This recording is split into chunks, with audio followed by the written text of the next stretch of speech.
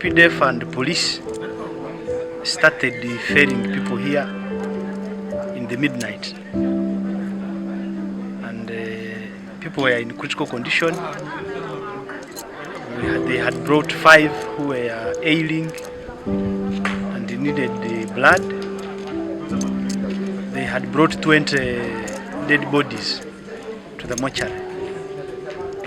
So at night they called me when we had run short of blood, and I was able to move to rescue.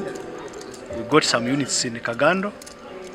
We delivered it towards morning hours at 5 in the morning. But of course, out of the injured, 2 of them had died. They direly needed blood, and that period, the delay, it could not help them.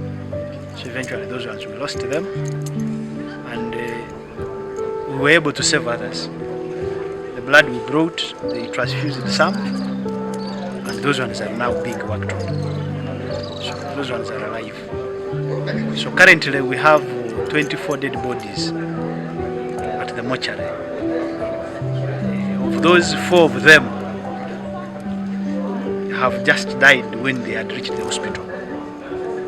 It is only 20 bodies that were brought. The 4 died at the theater.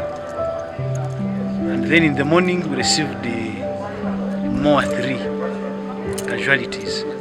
One of the boys was shot in the arm. Then the others were also victims of the attack in the night. So the doctors are doing their best. They are handling.